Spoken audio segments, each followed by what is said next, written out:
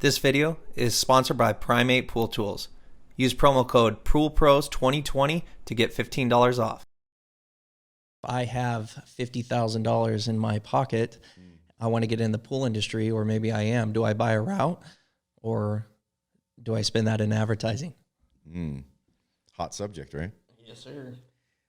It all depends on you, what you're most comfortable with. Some guys like there to be a route that's already making money. They don't have to focus so much on sales and selling themselves to brand new cold calls. Some guys, it terrifies them, going in for even though they're technically meeting these customers for the first time, if they purchase, Pool Service B bought from Pool Service A, they are meeting these people for the first time, but it's already been established. There's already something there.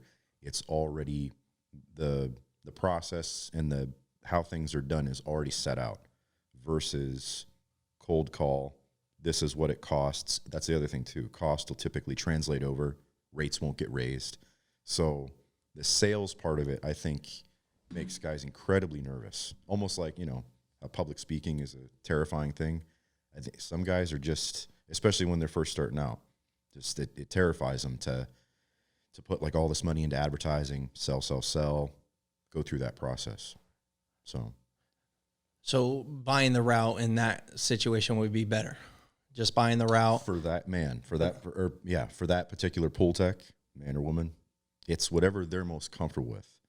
I would say, the other side of the coin is not many people have that kind of cheddar just hanging around anyway. So, it's also a leap of faith when you're putting that kind of money or any amount of money into advertising. It's not a guarantee. You don't know how many calls you're going to get. You don't know how targeted it's going to be. So that's another little leap of faith or detail that makes people nervous. Whereas buying a route, there's less stresses and more stress. It's an ebb and flow. There's pros and cons to both sides, but people that are against route purchases, I'd say, are, they've had bad experiences, and you'll only, you buy 50 pools, you're only going to end up keeping 20 of them in the long run or whatever. But there's no guarantee on the advertising aspect of it either. So when I think about that, and let's talk about the advertising part, you said that con would be to spend the $50,000 in advertising. You're having to learn advertising. So here you are as a pool service technician. You decide to go through an advertising to get your customers. You're learning how advertising is working and how it doesn't work. And very unlikely that you're going to hit perfection on your first $10,000, first $20,000. How many dollars do you have? Learning curve on both sides. Yeah. Either way, the point of it is I recently had one of these. I brought up this exact subject recently. Either way is scary, especially if somebody is, for example, you take the same person, they're getting into the pool industry for the first time. It might make more sense that they buy a route versus maybe they were in sales before, where they're totally comfortable ground up or putting that investment into that. And then you get the other side of the coin, which is people that don't have any money and still want to get into the industry. Do you borrow a loan? Do you just do every means of free advertising possible? You're hitting free websites, or, you're spending $50, right, on flyers, going door to door, whatever you're doing. So there's numerous ways to do this, but ultimately I think it just boils down to what's most comfortable for you or for me, and just kind of go from there. Ultimately, guys will end up doing a little bit of both eventually, I think. I do agree with that. So let's say that we're going to put $50,000 towards advertising. Do you have any suggestions on what you would do with that $50,000 worth of door hangers and get at it? A good thing about our industry is that we talk to one another. A lot of guys will ask, what did you do? What was effective for you? So before you make any concrete decisions, seeing if you can get any feedback from guys like, yeah, door hangers work great. Email blasts or incentives or Facebook ads is way popular now. But at the end of the day, the best thing that anybody can do is being targeted. Try to target areas, keep it tight. and go after certain neighborhoods, and then once the ball starts rolling, just kind of going from there. But I never did that end of it. So my experience, I was the third option. I didn't buy a route, and I didn't put any money into advertising. I pounded the pavement with nothing, no customers. Back in 2008, my very first client was from my best friend who taught me the pool industry. He was my mentor, and he's in Fountain Hills, which is where I also live still currently. He had a pool that came up in Arcadia, which is like Indian School and like 50th Street area of would that be Eastern Phoenix. So he wasn't going to go out there. It was like a 35, 40-minute drive. That was my first customer. So then from there, I would go on Craigslist every single day. I finally learned that, it takes about 15 minutes for the post to hit the top of the screen. So I would time it out every single day. I would make sure my post went out at 7:50, so that at 8:05, a lot of people that had desk jobs and might have been going on there, I need a pool service, or I need a new pool service, or whatever. So I was kind of hitting those men and women that were just getting to work, and it was on their mind because they just left the house. And I tried to be real savvy and just pay attention to the details of what was working. And I posted at 3:00, didn't get any calls. I posted at 7:45, and I got 6. So paying attention to those details, what works. But yeah, I was that third option. As the money came in, and slowly but surely, I worked 3 jobs, by the way, to support the pool industry before I finally had enough customers where it got going. But using free advertising, the business cards, you go through Vistaprint or whatever, and they give you 100. They're low quality, but it's a business card. Doing that, local places, like there's an Ace Hardware in Fountain Hills. I just went and talked to the manager one day, and I said, "Hey, would you care if I set up a card table out front on a Saturday?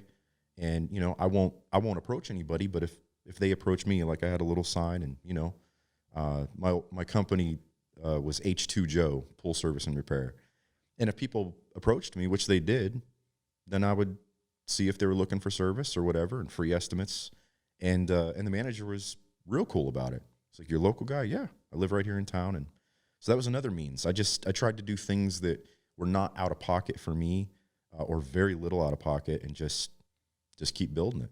So that's a third option, as far as no advertisement, can't buy a route. Mm-hmm. So I'm just going to go out there and grind. Mm-hmm.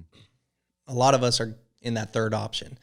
Yeah. But let's put yourself in a scenario where let's run through each. So I get that third option, you're going to do whatever it takes. You go into Ace Hardware, whether it be door knocking, whatever you can do, every resource you exhaust to try to get those clients coming in. So let's say that we have the $50,000 in our pocket, and we are deciding to go towards advertising. That's what we want to do. Mm-hmm.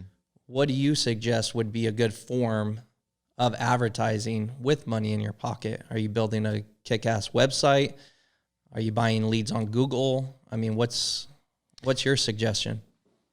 Without firsthand experience, just what other guys have told me, currently, as of right now, Facebook ads, targeted Facebook ads, seem to be the most effective. I know other people that have had great success with pay-per-click on Google, but I would say probably the most effective Facebook. Having at least a simple website and all that. I don't know how essential that is. I didn't have one for years when I first started, so right now it might be more necessary than it used to be when I started in 2008. But yeah, Facebook, I would say, is probably the most powerful tool that we have at our disposal in the advertising realm. I like that, and I agree with you. I don't think that somebody needs a website in our industry.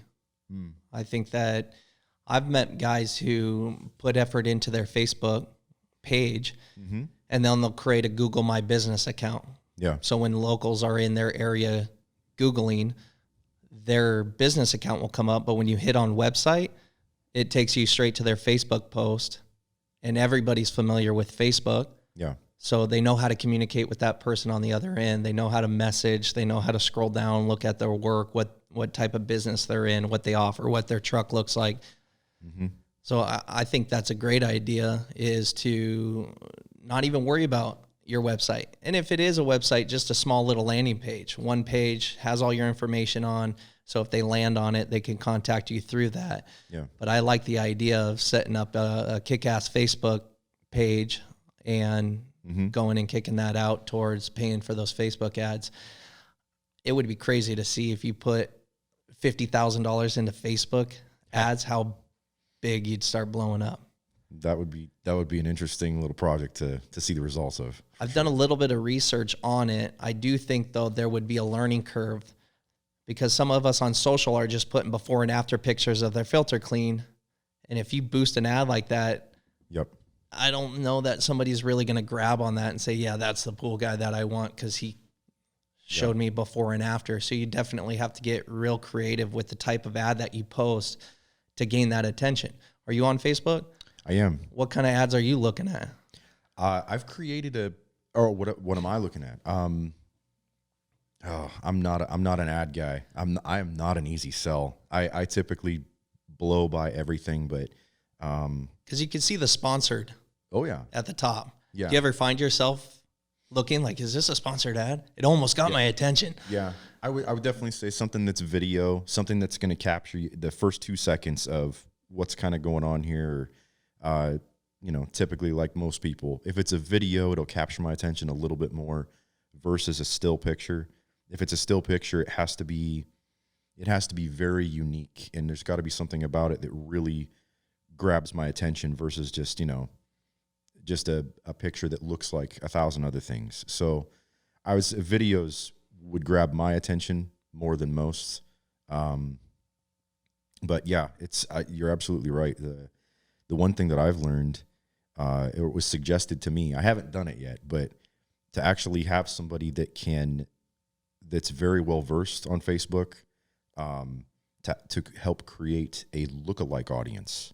Once, if you have an audience, people that are following, like people who follow me on Facebook, 99% are all in the pool industry.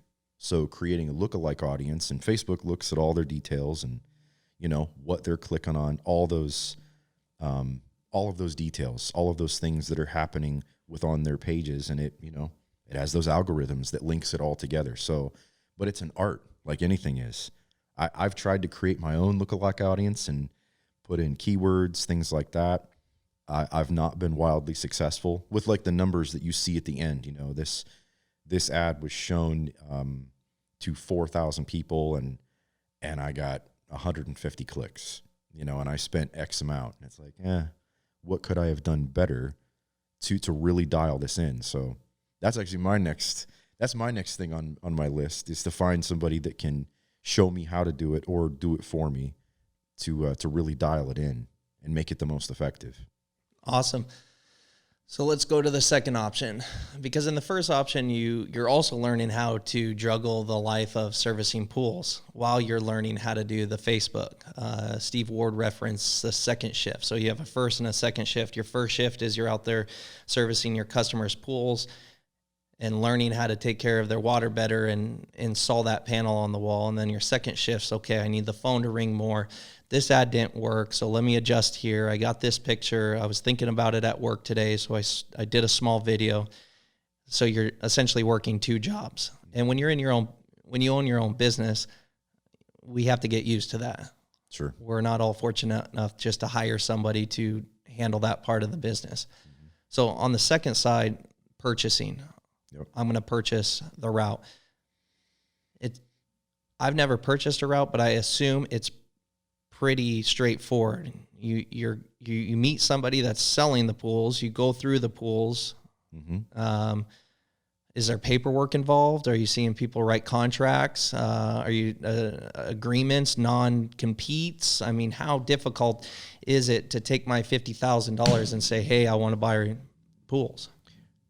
It's not inherently difficult to do it. And yes, there absolutely should be paperwork involved. I mean, like with anything, is that always being done? No.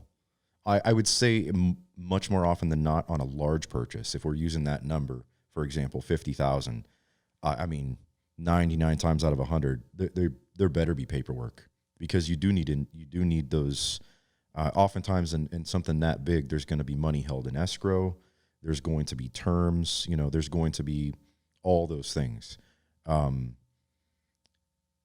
it's like so if you're going to purchase a car, you know that you want to purchase a certain car, private party that costs $50,000. And there's 6 people here in Phoenix selling that car. There's only one of them that you're going to buy, but you might go look at 4 of them, right, before you find that you're comfortable enough with getting that one. I think people should be a little more picky in our industry and choosy. Really feel it out. Don't, like with any sales, don't let the salesman pressure you into it. I mean, if it doesn't feel right, or there's not enough information or details being provided, like, well, what's the history on this customer? I don't really have that, or, pay attention to those little red flags. Ultimately, it might be nothing, no big deal, but those little red flags all along the way. I mean, I've bought and sold a lot of cars, used cars, over my life. Man, paying attention to those red flags, I've seen both sides of it. I've walked away from it and felt good, and I've ignored it and paid the consequences. Whether there was this little warning sign or this story that didn't quite add up, same thing can happen in a route purchase. So, and that brings me to another point that I've never thought about. If you're new to this industry and you're looking to start the business, you don't know to ask those questions. You don't know what those flags are. Yep. You almost need a coach to tell you, or somebody to advise that's a good purchase, or these pools aren't. Look how far away they're spread. Yeah. Go look at the pools, make sure that they have cleaning systems in them. There's a lot of things you can do to try to, but that would be difficult for somebody not knowing the industry. I think that gets put on the back burner a lot of times because people think it's so simple, and inherently it kind of is. The pool industry is not rocket science. I mean, it's a relatively low startup cost. I mean, as far as actually getting everything you need to clean pools, and leaving kind of like the customer base out of it for the moment. As far as a startup business, getting into a new industry, it is low cost, and it is simple, right? But people that are green getting into the industry, they have a tendency to oversimplify it, not in a good way. And that's one of those things that you're absolutely right. If everybody could have had a mentor, I was fortunate enough. I had a wonderful mentor. He was my best friend. I could trust him just like I would a family member, and he was there. He was there to help, hand holding, so to speak. But he was also a great teacher because he didn't baby me, and he did make me figure certain things out. But he still put up with me asking tons of questions. And so yeah, somebody that doesn't have a mentor or a reference that's reliable, it's a scary thing. And if you were going to switch careers to something else, like if nobody says I'm going to all of a sudden tomorrow I'm going to go become an electrician, there's a process. I mean, of course there's a lot. You don't get fired from Bashes and go be an electrician the next day like you would in the pool industry. Exactly. Yeah. That actually happens. Yeah. But that grocery bagger might decide, I'm going to go clean pools now. This is one of those things that happens. So, one thing that, that I think isn't really talked about a lot is that, when people go to, for example, so a main avenue of purchasing a route is going to a broker, right? I view them as a valuable service that they provide to the industry. It's an absolute service that they do, but they're more like a new car dealership, right? Not everybody's going to go there. They don't want to go there because they're all the things associated with it. But they do have certain things at their disposal, the way things are set up. It's supposed to be. I'm sorry to cut you off. No, good. Before you keep going, are you talking as far as the purchaser side or the buyer side? Who doesn't want to go there? The buyer. Okay, so the buyer doesn't want to go to the broker because of the fees, or the seller doesn't want to go there because of the fees, or both? Oh, Oh, I see what you're saying. Both. Okay. Yeah. Yeah, both. But so from the buyer's perspective, when they are going to a broker, it's assumed that a lot more is going to be explained to them and provided to them.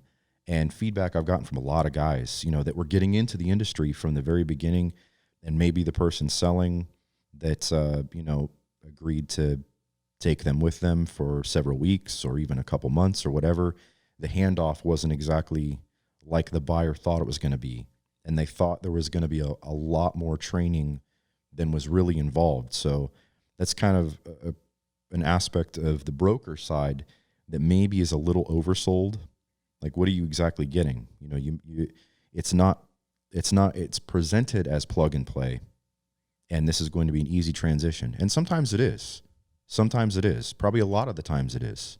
But me personally, I've just ran into a lot of people that it just wasn't the greatest experience, and it may have gone easier if they went a different route, pun intended. If they went a different route on buying a route and avoided the fees, sure, but just made sure that they had the proper mentor and guidance into the weeks and months ahead as they're starting this new thing.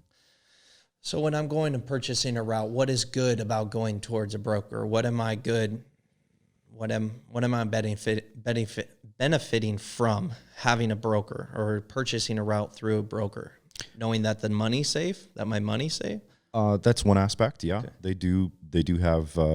I would assume all of them do have the means to put something in escrow. They will do the paperwork for you, and a lot of guys that scares a lot of guys off. Paperwork involved. They will, just like when you go to the bank or other, or when you're at the car dealership, right? The guy in the finance department turns that paper around and says, "You're going to sign here, here, and here. Here's what this means. This is your warranty. This is what's going. This is your maintenance package here." Explains it in seconds and just kind of gives you that, that blanket that, okay, everything's okay.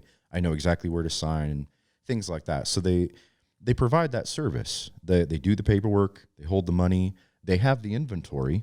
That's one other thing too. I mean, it's years ago. It's changing right now in our industry. But where do you go to find a route? Before, all it has been is brokers or the internet, Craigslist, for example, or other means. Or as you're going to the local supplier, you look at the cork board at SCP or PWP or whatever it is, and you see that guy that says, "I got 25 accounts in North Phoenix for sale, hit me up." So On a sticky note with a stain on the left-hand corner. yeah, there it is. Yeah, because but that's been the only means is actually the inventory. So there are definitely benefits that to going to a broker To purchase pools. Yeah.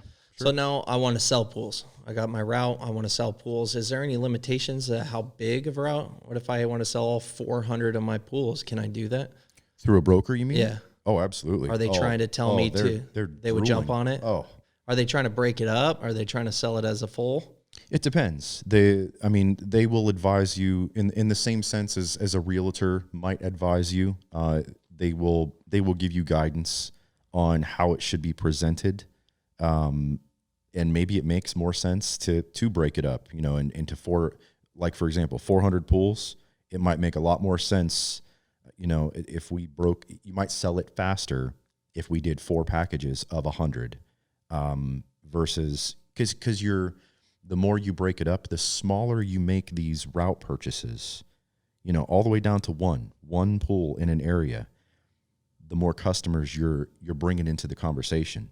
How many people could buy, if it's $1,000 a pool, how many people could buy a 400 pool route, $400,000, right? But if you broke that up into, let's just say, 2 to 5 pools, but all super tight, all within in a cul-de-sac, for example. I had a couple of those. Greatest pool. You could park the truck in the middle. You walk to all the pools. Fantastic. I love cul-de-sacs. But packaging them like that, And then it's more work, obviously, instead of finding one buyer and it's all yours. But you're just opening up your customer base much, much more into guys that are willing to buy these smaller segregated pools or specifically targeted pools in their area already. On the buyer side, the buyer side. Were we talking buyer or seller? That was the seller. Yeah. Does the seller have fees? Here are my pools. Yes. I want to sell my pools. What are my fees when I go through a brokerage? I think every brokerage is different, so they might have varying levels of how they do business. But to my understanding, one brokerage that I'm familiar with, it's the seller that pays the fees. Buyer doesn't pay anything. No, not in that transaction. But oftentimes, what you'll see is the buyer, when they sign that contract, they are agreeing that if they sell any of those pools, that they are legally locked into to have to use that broker again. No way. Did you ever know that? No, that's got to be a joke. Nope. Some brokers do this. Oh, I would not assume all brokers do that. But you have heard of that happening before. Absolutely. So I'm in pools for 20 years. You buy those 400 pools today, March 2020. You sell 200 of them, or let's just say hypothetically, you have all 400 still, and it's 2030. It's 10 years later. You go to sell them. Guess who you're going to get a call from? I don't know. What would they do? They would sue you? They would come after you and say, hey, I'm going to take you to court? Potentially. It's a legal contract. I would fight that battle. It's a legal contract. I've never heard of anybody fighting it. I've never heard that story. I didn't even know that existed. Neither did I. Is this a personal guarantee? My wife didn't sign, so now that voids the contract. That's unreal. It's an interesting little detail that I found out a couple years ago, that it was, I had a similar reaction when I heard that, and I heard guys talking about, I still got to pay fees. I'm selling this again. It was one of the originals that I bought, a few years ago when I purchased it from the other service, and come after you me. get that on the phone, or I don't think they're going to come to your door, but anyway, they interesting. So that's the other part about it. Make sure you read the fine print. Know what I mean? We talked about the advertising pros, cons, now purchasing, which you brought up which is insane.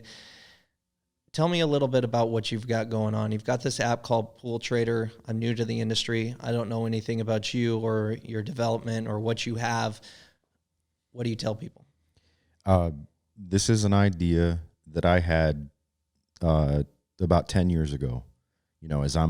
As I started in 2008, and as I'm going through all the motions to try to grow and all of that, very early on, I took note that, especially here in Phoenix, you pass by another pool guy every 5 seconds. And I would get frustrated at how far I was driving. I remember I only said no 2 times ever. I said no to somebody that called me from Buckeye. I live in Fountain Hills, so that'd be about an hour and 10-minute drive. And somebody else in Goodyear, which is an hour drive, just slightly closer. I remember that very distinctly because in that moment, I realized that I actually do have limitations, even though I felt like I didn't. But it's frustrating because it's a missed opportunity. Somebody wants you. Obviously, you're not going to drive that far to get that client. But I know the feeling inside. Your phone rings. They start talking about service. I need this. I need that. And I'm thinking about doing an acid wash, and I want a new pump and some lights installed. You're like, this is awesome. Yeah. We're going to make some money on this one. Yeah. Let me get your address. Where are you at? Goodyear. Yeah. An hour and a half away. No go. Yeah. Missed opportunity. Well, it really quickly computed in my mind, right? Because I knew where my margins were always. I knew, even though I was charging a little bit more, like if I'm driving from Fountain Hills, one of my furthest pools northwest was at the Carefree Highway and 7th Street, way back off there. And I remembered that, I was making it was somewhere in the realm of $6 to $7 a stop. And so just doing the quick math, to go any further, I mean, talking from Fountain Hills to there, I'm not taking into consideration like I'm progressively stopping, 2 miles, 2 miles, 2 miles, and because that throws the numbers off. It has to be from where I live exclusively. So you're running. I'm really big on the numbers, and we're going to pull away for a second. I'm big on the numbers too. So when you're running your numbers, you're talking from your driveway to that pool. Yes. You're not talking to the nearest one and a gas average from a hole on that route. I did both ways in my mind, but I always kept it from my driveway in my mind, always. Dude, that just changes everything that I've been researching and looking at and trying to understand. That one little...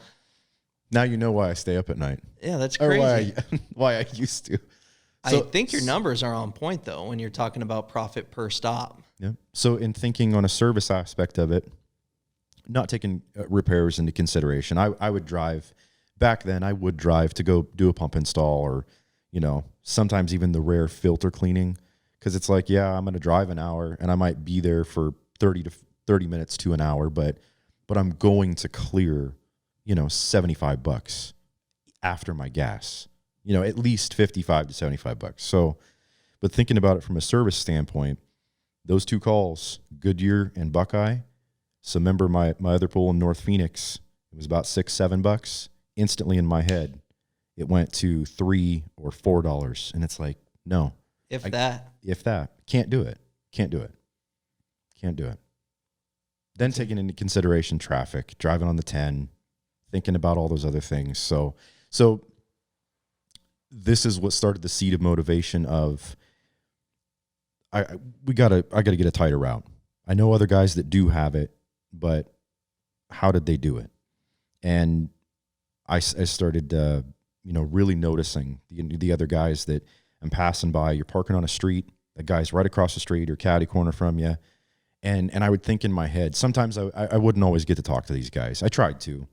Some pool guys aren't the nicest people in the world. Go figure. But you try to go talk. I'm a social butterfly. I try to talk to everybody that I can. And if I didn't get a chance to talk to him, I would think, I'd look like an idiot. He doesn't know that I'm from Fountain Hills, but I bet that guy lives like 2 streets over. And I would like beat myself up internally, just wanting so bad to remedy the situation I was in. I want to be closer. I want to be all in my little town. I know there's enough work.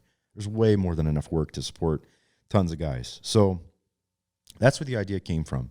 There was no platform to help service techs, especially, get together to work with one another. I'm not talking just buying targeted pools. Like if I was thinking I want to purchase 10 pools specifically in Fountain Hills.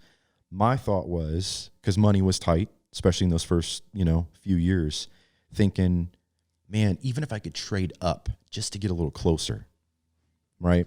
Just trade myself closer. So I'm in North Phoenix. I wonder if this guy lives here, but maybe he's got something maybe in East Scottsdale. I could trade up, maybe a little money on top or whatever, work something out to where I just traded 12 miles closer to myself. So explain your app and the name of your app and all that, because viewers that may be watching that don't understand who you are, may be a little confused what you're talking about. So what is the gist of your app? What does your app do? It is a meeting place for all pool technicians, anybody in the industry. It is an app that you go to buy, sell, and trade pool accounts for free. You don't have to sell. You can trade, or you can really do whatever. And how does it work? So I got my 100 pools.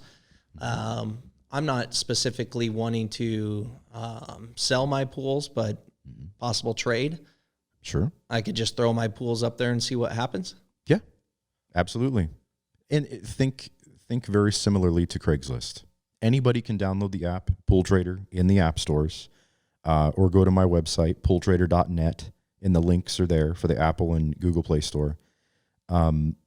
Anybody can go on there for free, download it. Everything is free, by the way, but you can continue as a guest, and you can see the map. And currently, I think there's about 70 or 75 listings across 11 or 12 states. And we just had a listing come up in Canada. No shit. Somebody offering their service. Yeah. So Offering their service. that's one of the aspects of it. I'll get there in a Okay, sec. I'll okay. get there in a sec. So you're basically it's taking a combination of the Craigslist mentality and the cork board, but you're putting it on a map and you're putting it in everybody's hand at any given time.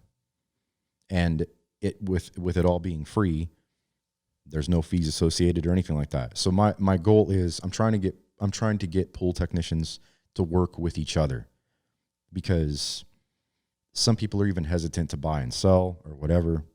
That's fine. So then then you can trade, or at least put yourself on the map in as a wanted post where you're just looking for free referrals. How long you been in the industry? 11 years. 11 years. So almost exactly the same as me. So how many times have you turned down work? One. How many times you turned down work because it was too far? Because it was too far often. Often. Still to this day. How many free referrals have you given to guys that you knew were in that area? Quite often. Quite often. This app allows us to do that as well. If we don't know anybody, I think we've got the pool community. I think for the most part, all of us, we want everybody else to be successful. It's kind of like it's a brotherhood without being a brotherhood. People I've never met, if I heard, Tom's Pool Service, they're out there in West Phoenix. I get a call, or for example, Goodyear Buckeye. If I remember, like I'll have that one fleeting memory that I bumped into some guy at SCP or wherever, and I was like, oh, that guy works in Buckeye. And if I happen to exchange information with him, or I remember what his pool service company was called, which a lot of times I did for some odd reason, I tell him, call that guy. I know he's out there. So giving free referrals away all the time. So that's one thing. That does two things, and that's double-sided, because a customer calls me and says, hey, do you service this area? I say no. Mm-hmm. That's the end of the conversation. Mm-hmm. But there's often more. When I find myself talking to that guy, and I don't just say, no, sorry, okay, bye. Yeah. I'm trying to find a solution to that person's issue, person's need. Why do we do that as pool guys? I don't know. I've always wondered that. Yeah. It's a weird thing, isn't it? So I'll go on there, search, and over the 11 years, I've grown to know people, and I have certain guys that I give information to, but that's happened. I remember going and saying, or somebody would call and say, hey, do you do this area? No, but I'm going to find you someone who does. I could have just said, no, piss off, be gone. Sure. But we want to find somebody. So we're the ones doing the work for the other customer to say, oh, call this guy. Mm-hmm. Oh, call this guy. So, where that has benefited me directly, where I've given away a lead and that person remembers me, and it worked out well. I think that's another aspect that guys are always afraid. Well, I don't know that guy. I never met that guy. So I'm hesitant to give a name because I don't want my name associated with that. Well, then just give the disclaimer. Like, I've never met this guy, but I know he's in your area. Here's his number. That's all you got to say. You know somebody in the area. You can't vouch for him. Fine. I don't. The only unscrupulous people, or real pains in the butt, are gonna hold you to that. You're just giving them a name of a local guy. Often you never hear about them again. That customer who called. Often you don't. Even if it is a shitty referral and that guy sucks. But what can happen? Life changes. Those people could move into your area and they remember you, or a family member of theirs moves to Phoenix because there's only about 2 billion people moving here every other day or whatever it is. But they get a family member that moves into my area. Like, you need a pool guy? I know somebody out there. And then they give my number. Or better yet, the guy the technician you referred that customer to, then learns about your company. Oh, thanks, Ryan, with Pool Rescuers. I appreciate this referral. Yep. What happens in his situation? Yep. He's eventually going to get a call from the east side saying, hey, do you know anybody who services over here? Well, golly gee, I sure do. His name's Pool Rescuers. So it goes over and over again. So that you can do that strictly on your app. You can. Okay. Yeah. So you can post a wanted ad. Now the wanted ad, I believe almost exclusively, someone that posts a wanted ad is they're looking to grow. So for me, example, in Fountain Hills, I'm looking, I would like 5 to 10 more pools in Fountain Hills. It does two things. I'm potentially going to get a free lead or free referral, but putting myself on the map now alerts everybody that sees it's a green pin, sees that green pin and says, this guy's looking for 5 to 10. I wasn't originally thinking about selling the 3 pools that I have in Fountain Hills, but now that I know that there's already somebody interested in looking to grow, see, then the wheels turn and people start thinking. It gets everybody to start thinking, get your routes tighter. So if you're in Fountain Hills, you want to grow in Fountain Hills. Yep. I'm in Gilbert, want to grow in Gilbert. Yep. You come down to Gilbert, I go up to Fountain Hills. Yep. I don't want to go to Fountain Hills anymore. Yep. You don't want to come to Gilbert. Yep. What happens then? We could do one of two things. So if we didn't know each other, obviously, and I wanted to sell my Gilbert pools. I had 6 pools in Gilbert. I'd post a for sale, right? And you can disclaimer in there as well in the description of the details, also willing to trade. But 99 times out of 100, the trading aspect has not yet hit our industry. Guys don't trade. I think it should. I think you can trade pools faster than you can build the route. And I have conversation with guys, okay, what do? We've got, let's just say that we're at our max. We're at our max 100 pools. So Right. what do I do now? Typically 2 things. You start raising rates, and that's going to shave the accounts down. And then you start getting rid of the satellite pools, the pools around the area. Right. And then you start trying to grow the accounts that are in your tight niche area. Yeah. But that can take years. Could. So if I got onto the pool trader and felt comfortable with somebody, I could essentially, I have everything. For some reason, people are calling me from Fountain Hills, so I got something going on up there. Yep. And you may be the same, and that's a quick over the night, one transaction done. Take my pools, I'll take yours, even swap. We'll go out having beer over it, and then it's done. Possibly. Yeah, I think even if you trade, you should still follow, in my opinion, you should still follow some of the rules as you would if it was sold. Obviously you gotta make sure the customer is okay with, or not as okay with it, but do everything possible. Know about the transaction, know about the situation. At least know about the situation. Ultimately, people just want to know everything's going to be okay. Our customers are afraid of change, as we all are in certain ways. And it's an intimate relationship. People don't think about that. Somebody, as pool professionals, we're coming onto somebody's property every week or numerous times a week. We're going through potentially their locked gate that we have a key to. We're going into the backyard where their most loved possessions are, mainly themselves, their children, or their pets. And it's an intimate relationship. So that's, the main crux of our business is trust, right? It's deeper than service. Ultimately, people have to trust you that you're going to do the work you say, but you're coming on their property, and it's but few other trades have that type of relationship. With the reoccurring service where you're on their property once a week, once a month. Yeah. Having that conversation with a homeowner of the reason why, oftentimes just be straight up with them.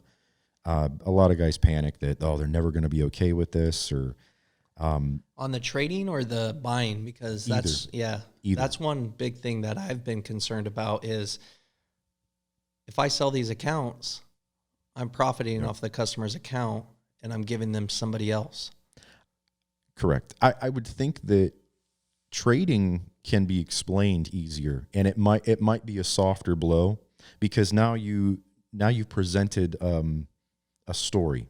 You've presented a real life scenario of 2 families, yourself and this other pool service. And what you guys are trying to do is spend more time with your families, spend less time driving, just be more, just be better with your time, right? Explaining that to them. I actually found somebody local right in your neighborhood, not far from you.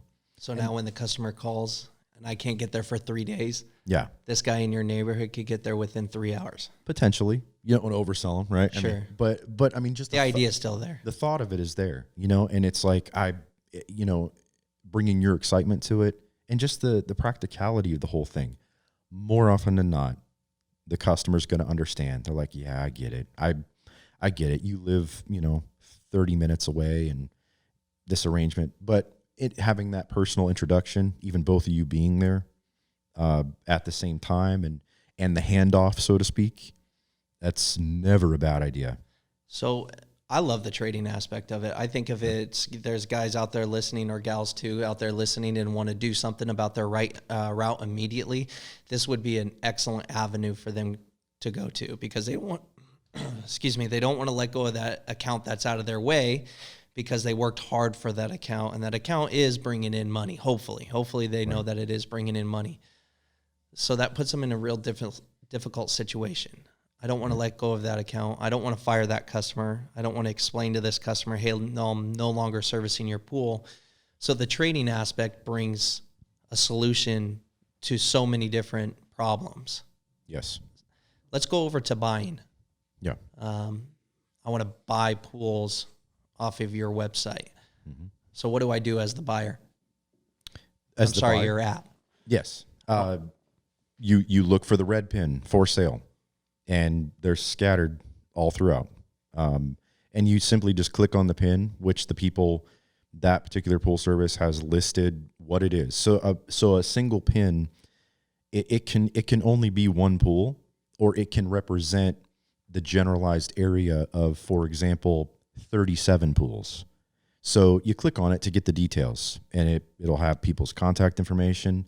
So it's putting things onto a map in a pin mark location, just like it's the same thing as you would see for listings on the corkboard, right? I got 37 pools in Scottsdale. Well, then there's a red pin in, off near Shea in the 101 area. It looks it looks like Zillow or Redfin or something like that. Have you seen it yet? Yeah, I've been on the app. Seen it. So yeah, you just pull up your map, and all of a sudden all these pins show up, and then you can start looking. So here's our exact location right here, right? And we can see there are 3 wanted ads probably within 5 miles, and there are 3 for sale ads, or posts rather, within another 5 miles of right where we're at right now. It's very cool. How badass is that, being your app and seeing that? I'm not gonna lie. Yeah, it's screenshot that. Screenshot this right here. Screenshot that and text that over to me so I can throw it up on the board. Yeah. But yeah, it's as simple as that. For sale, wanted, or service offered. So what that is, that brings everybody else in our industry into the conversation now and into this realm. It's not just service techs. It's not just guys doing a route, but it's everybody. If there's a guy, when we all know him, right? If there's someone that all they do is work on pool heaters, and why can't they stay in a tight route or stay as local as possible? If they have enough work, right? If there's 50 pool service companies in the same area as you, and all you guys knew that those 1 or 2 guys that's all they did, and they're good. Like they've been in the industry for X amount of years, professional, whatever, but that's all they do is heater repair. That guy's he's not gonna drive that far from his house. A lot of those guys or those people, when we say guys, everybody's included. I get it. Yeah, right? The gal too, girls don't. Yes, please. So but they deserve to have as little overhead as possible too. I mean, but because they're big ticket jobs, and those guys oftentimes will drive, further distances than we will, albeit for a bigger job and all that. But it brings everybody into the conversation. Pool builders, heater, everything you can think of, heater repair, water recycling, becoming real big. I mean, all of these services that service us. Like if our pool company, if our service, if we only do service, right? We don't do any repair, then we're all working together again. I got a local guy. Have you seen Joe Dirt? Yeah. When he's down in the hole looking at the auto trader? Yeah. And he's thinking, I forget what he says, but he says, "Woo, that's a sweet deal. I'd give him 25 for that thing right there." Dang, man.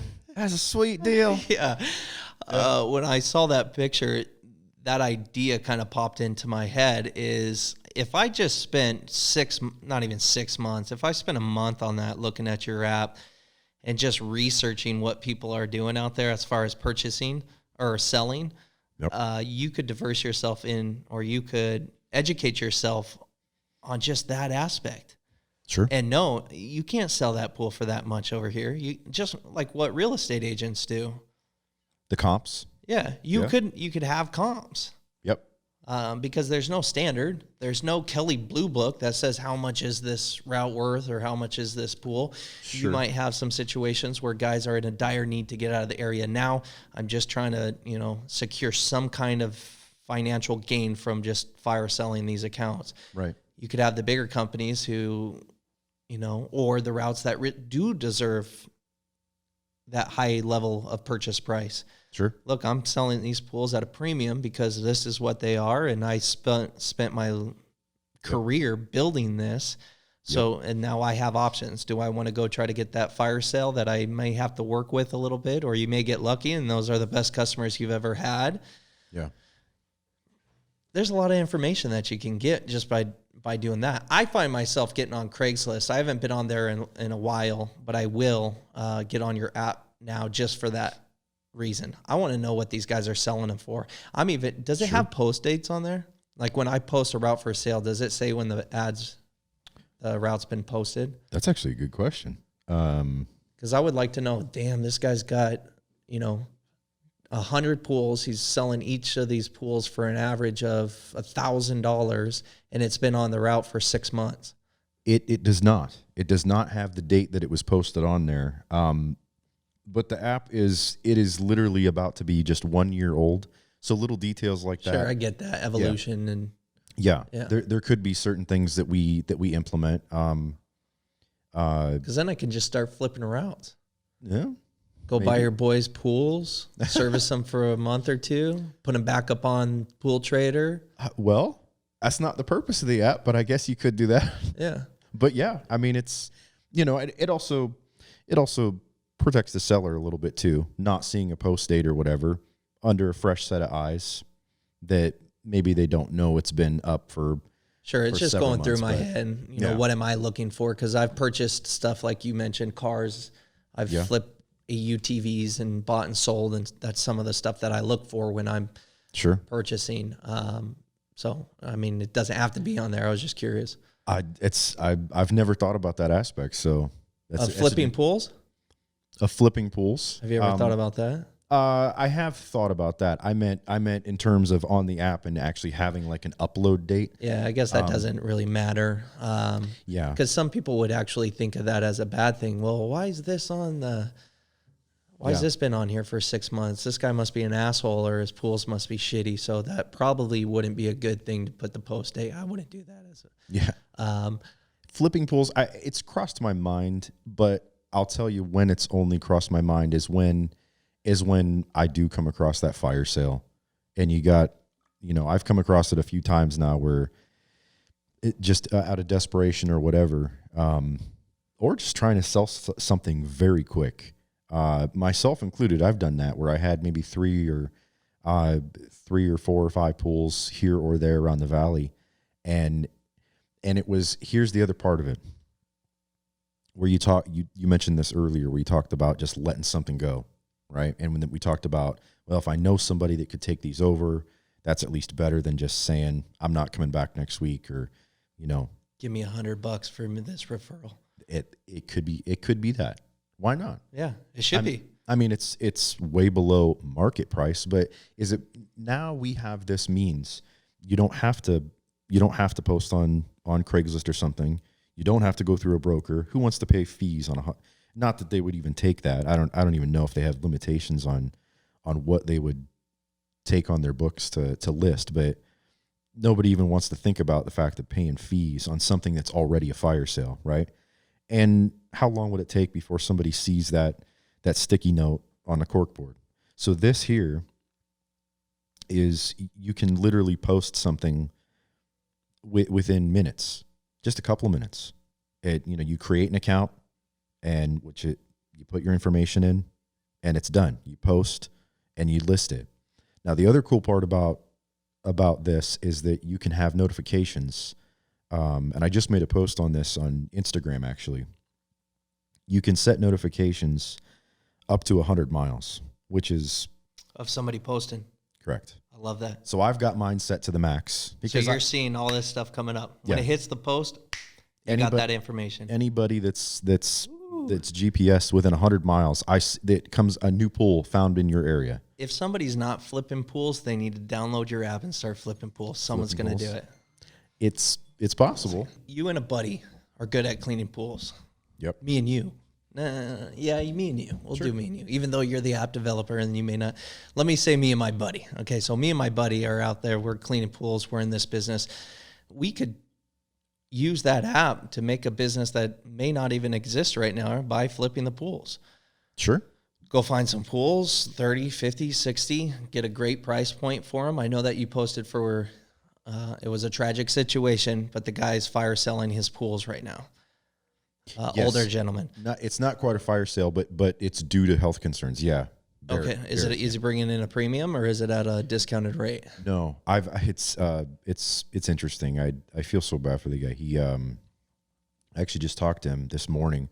He's been asking me for constant advice on what do I list it at, and there's an example. He's an older gentleman. I think he's in his mid to late 70s.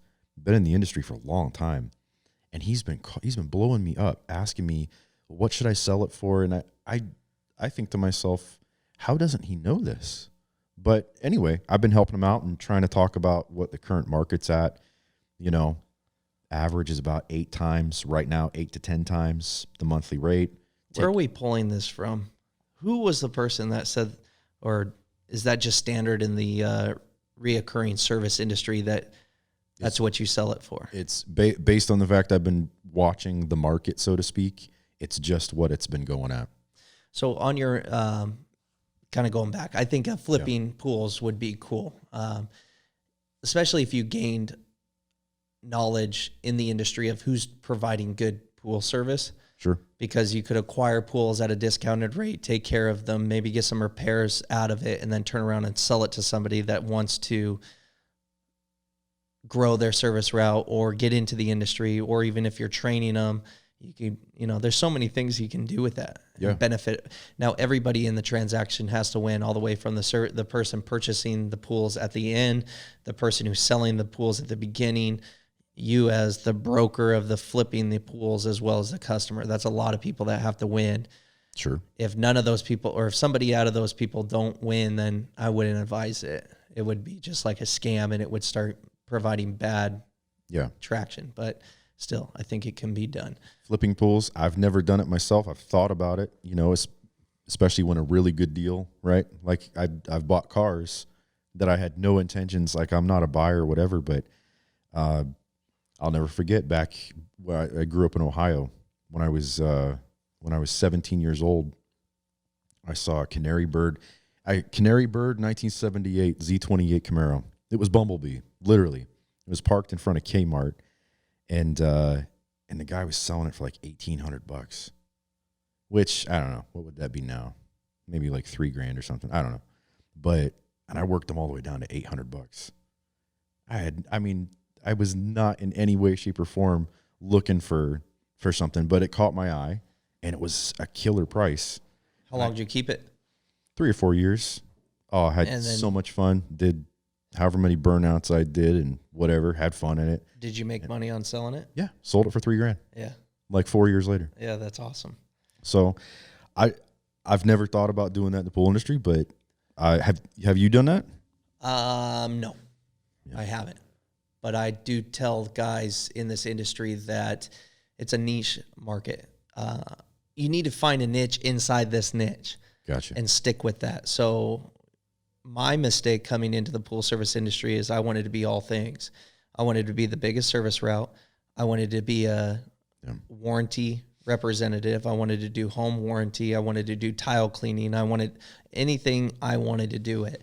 And I spread myself too thin and burnt out. Property managers, go get commercial pools. I wanted all of it. Ooh, So yeah. when guys come to me and say, "Hey, look, what do you suggest?" Find a niche inside this niche and stick with it. So Yeah. and if it's just service, I personally love servicing pools. If I can go out and just clean pools, my phone doesn't ring, emails don't happen, no one's bothering me. Yeah. That's what I really enjoy. I don't enjoy the repairs. I don't enjoy the acid washes. I don't enjoy the tile cleanings. I just enjoy the service. But with service and service only, it's very hard to be profitable to an extent. Like you get to a certain point, Yeah. and then you're like, well, what are my options? Again, we can raise rates. Yeah, you can do that. But I like the idea of saying, okay, well, let's just maintain 80 pools. And when we get to 90, we're going to sell off 10. And Yep. now I'm back to 80. And then taking that money that I acquired and investing that into some form of retirement, whether that be houses that you purchase to rent out or 401ks of some sort, CDs, savings accounts, bury it in your backyard. I don't give a shit. But that's what I mentioned to guys that are just wanting to come into service. Known a lot of guys that do exactly that, where they would they've been around for a long time. They build it up. You know, a lot of these guys only had a core group of customers that they've had forever, 30, 40, right, that they serviced. And when they wanted to make some extra cheddar, they would do whatever advertising or pump it up and get 20 or 30 extra and sell them. And with your app now taking off, that just made it that easier, because now I don't have to go to Craigslist. Now I don't have to go to the cork board at SCP with the sticky note on the chlorine stain at the bottom left-hand corner. I just post it up here. Can I communicate in your app? Within the app? Yes. No. People they post their information. Yeah. Okay. How about data? How much data are you collecting from this app? We talked at the Pool and Spa show. I think it would be you can set the standard of the Kelly Blue Book of pools. Have some parameters and say, yes, that's a good deal. Or if somebody comes into your app, let's go to the purchasing side. Okay. Let's attempt it this way. If I go to if I'm new, I just got fired at Bashes, or I just retired from my career in law enforcement, I want to start servicing pools. Yep. How are you finding those people? Because all the pool boys, it's easy. Yeah. We have all our information out there. You can go one by one, and all the Instagrams and all the Facebooks and all the job posts and all the Googles, and you can send them emails or text message, use my app, use my app, use my app. But a newcomer that's coming in, how are you getting his attention? Because they'll benefit from your app too, right? That's true. They can. They are not my target audience, though. Okay. As far as if other people can benefit from the app, by all means, that's wonderful. My intentions of creating it was for people already in the industry, with the initial goal. Like when I was first starting out, I'm just trying to solve the problem of helping guys get tighter routes and having a very easy at the tip of your fingers database to see what can I work out with my fellow tech, also working together. So getting tighter routes, working together, and doing it for free. That's the driving force behind all of this. Yeah, if people just getting into the industry, I don't know that I would ever campaign or advertise it as such. You know, for example, ads like thinking of getting into the pool industry. Look at Pool Trader. I don't think I would ever do that. But yeah, if they happen to stumble across it, I assume as time goes on, it's becoming more and more known every single day. As far as analytics from the app, you have to understand, I'm a pool guy, so that I have been thrust into this. When I decided to pull the trigger on this, the data and technology aspect of it has been overwhelming to me so many times over the past year. We'll get to that in a little bit. Okay. As far as, because that's a huge step. Yeah. I mean, we all have ideas. We're out there skimming net and brushing. Yeah. And one idea pops into our head and we're like, hey, I should do this. Yeah.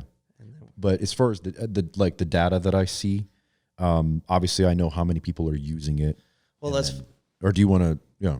no, you're fine. What I'm saying is before we get into the actual, because I want to know the story of how you actually became a pool guy and now you can say that you own an app, because not a lot of people say that they developed an app. I understand that you found a need for this and you created a solution. And that's what a lot of people say when you're listening to inspiration videos or whatnot on YouTube. Find a need and then create the solution. And that's great. I think that the more and more I talk about this app, the more and more I think it would be very beneficial for every pool tech to be on this and utilize it at one point or another in their industry or in their career. That's how I present it to anybody new that I meet. At the Desert Pool and Spa show that we met at face to face for the first time. That's how I presented it to certain people that they're like, nah, I'm all set. I mean, I got my route. I got everything. That's great. I'm not saying you have to use it today, but remember the name and remember this could be exact apples to apples comparison. Yeah, at least I think that one tool that you only use once a year or maybe once or twice ever. It's that tool to have in the bag. You might only use it once, but eventually everybody will get out of the pool industry, whether they want to or not. Yeah. Everybody's got to retire at some point or whatever. I was that guy. I kind of had a wall up when I first saw it come out. Yeah. I thought I knew what it was just by the name Pool Trader. I got on there, looked at the map. Okay, that was cool. There's a pin here. And since then it's grown pretty aggressively in my opinion. Backing up real quick. It initially launched March 27th of 2019. Took about 10 months before there was about 160 listings across 14 states at that time. The app was completely redone, changed. It's automated now. Not many people know in the beginning, I was manually uploading every listing that came in. So that was, and not being a tech guy, stressed me out so bad. Now it's automated. Everybody just creates their account and it just goes live instantly. It's interactive, all that. That happened January 7th, which was 2 days. What was that? Like 2 or 3 days before the spa show. So that was another thing I was panicking about because not a lot of content was on there. It was all brand new. And I'm trying to tell people there's a lot of listings. I'm just waiting for the content to upload. So yeah, just in the last 2 months, there's about 75 that have repopulated, but it's always changing. Listings are coming off there as well, here and there, because people's routes are selling, or you want that, or their needs are being fulfilled. They got 5 or 10 leads, or they posted a wanted ad or whatever it was. So it's working, and that's really cool to see. The people telling me the successful transactions. Every now and then I'll get a message, something like that because I can't see it exactly when it's happening, things coming off the listings coming off the map or anything like that. But the feedback has been good. I know it's wheels in motion. How are you making money? Because I understand that I think it's a great need. Yeah. Fulfilling a good need, but you're saying free, doesn't cost any money. Anybody can download. So you still got to run a business. Are you still netting and brushing 50 pools on the side, or no? Where do you plan on taking this? As far as benefiting financially from it, right? Is it an advertisement thing? Or are you thinking about taking cuts and becoming a brokerage? No. What do you anticipate? And I understand things may change, but I just would like to have an understanding on that. Advertising. I currently have one partner. It's a company called OrangeFi, based out of Florida, and they're a financial lending company. So people that are buying routes that don't have that $50,000, I've got a special arrangement with OrangeFi, my partner, where if people do need to borrow money to make that purchase, whatever, they can go through them. They get an exclusive rate that's only through me, and they can go that way. So That's my current partner I have right now, with numerous more on the horizon. I've actually got 2 meetings this week with different entities. One is an insurance company that only insures pool guys. Sure. So another is a credit card processing company where, so every advertiser that I'm looking to have, it's not going, I don't want, like you said, anything can change, but I'm truly trying to stick to the goal of every advertiser that's on the app will yet again benefit the pool guy. It'll benefit everybody in the pool industry. They provide yet another service to us. Because then you're going to have to go through these advertisers or people willing to pay you money to put their information on your website or your app. Yes. And then you're going to have like a screening process for that. Do we want to partner with these guys? Do we want them to come in? Well, yeah. So you're going to have invested interest in making sure that only the best come in, or only the best advertise here that I feel or you feel will secure or keep my brand secure and not tarnish it. That will be part of it. Yes. I'm the owner, creator of the app, and I'm choosing who the advertiser is. And it just has to be beneficial for the pool guy in some way. I don't want it to be, like a random pop-up for a video game or something obscure, a roofer. Shit we're seeing all the time on Facebook and whatnot either. Just, it's got to apply in some way, shape, or form to the pool industry. If not what we're doing in the field, what we're doing in the office, or things of that nature. So that process is ongoing. But yeah, it's the goal, of course, and it's going good so far, keeping it free. Everybody that uses it, it is still going to be free, and that'll be my source of income. Is kind of like the Facebook mentality, right? We've all seen that movie and, kind of know what the story was. Social Network, They made it super cool. Everybody was using it, free to use, all of that. And then now you have the attention of people that are like, you have a huge audience.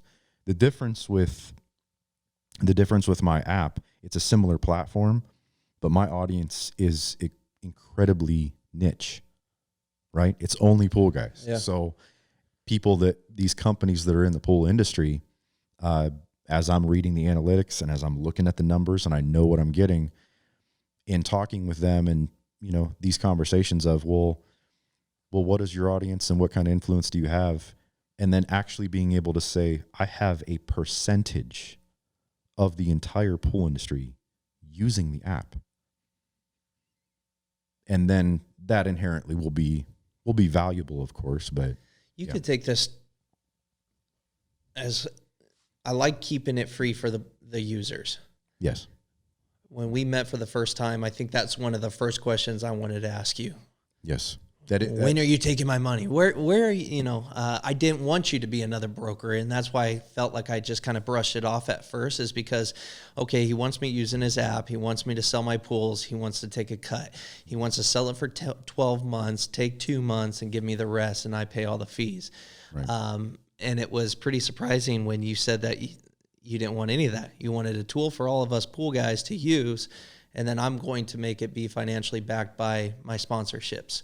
Which in turn, I hope and will, just like my current partner, their service offered back to us is at a discount, or it's an exclusive deal through the app to all the users. So I'm looking at this being a win-win-win for everybody involved. That's the goal.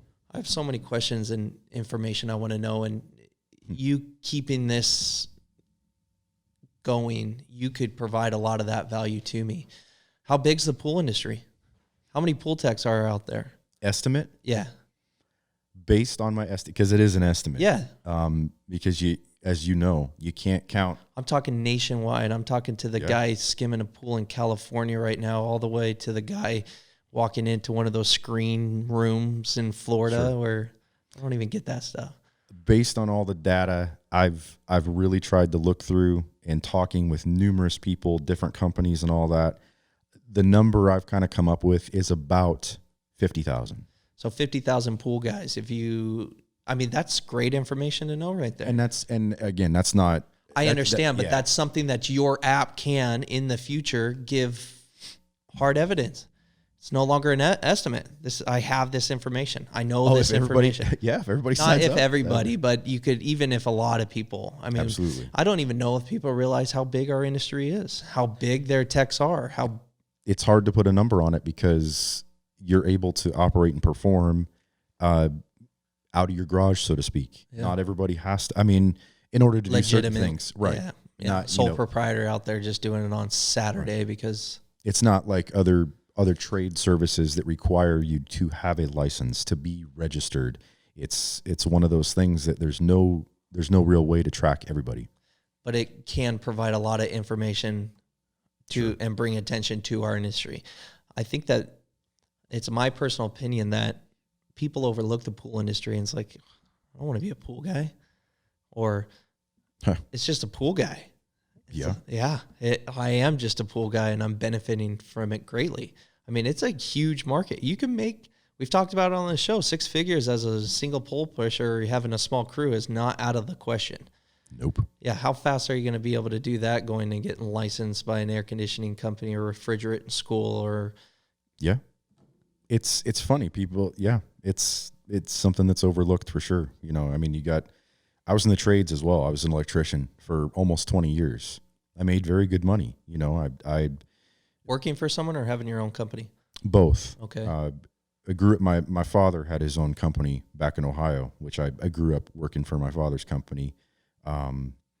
Eventually I worked for other people as well. Obviously we moved out here to Arizona, worked for other companies, but I think at my peak I was making about $30 an hour, which is fantastic money, right? People need to stop that too. They think in millions. Yeah. Or they're watching things. So I want my video to go viral so I could, make millions. There is nothing wrong with $50,000 to $100,000 a year, and even less if you're doing your thing. Absolutely. This is your thing. It's all a matter of perspective, obviously, but yeah, I don't know if there's any solving that issue, but yeah, the pool industry, I never made so much money. Did you have to get licensed or go through restrictions to become an electrician? Yes. So it wasn't, hey, I just woke up and decided to buy a pole and a bucket of tabs, created my LLC online, and that's not how it works in the electrician, as an electrician. Oh, no. You're able to do, obviously working for another company, you're working under their license and under their blanket, so to speak. And, I won't lie. Obviously I did handyman type things, going and hanging a ceiling fan, things like that. Never like installing. But you were limited. Of course. Yeah. You can't go to somebody's house and install a breaker panel, or do a revamp.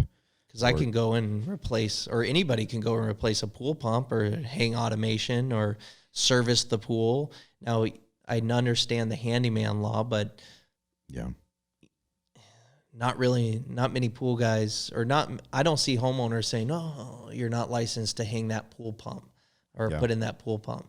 And all the more so, this is one of our hot topics in our industry, especially when you're talking mixing electrical and water. Yeah. I mean, if there anything should be demanded, like punishable by jail time, that you can't do certain things in our industry, goodness sakes. I mean, plus they're submersing their body into water that we are chemically treating.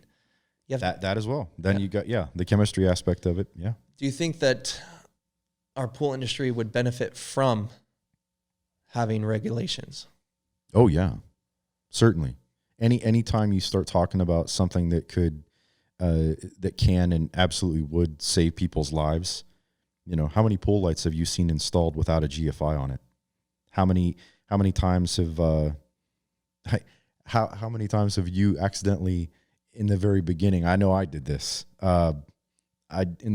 Just playing the innocence card. I'll never forget it. I was at a pool and trying to work fast. It was a green to clean, and it was within my first year, and just not really thinking about it, and also not knowing exactly.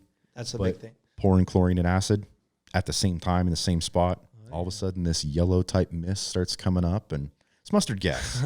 6 hours later, you wake up on the pool deck. No. Anytime you're talking education and potentially making a safer environment, not just on the homeowner side, but on our side, guys not hurting themselves, improperly putting a two-piece filter back together or what, things are under pressure. Things are under hydraulics, and there's electrical involved here and there.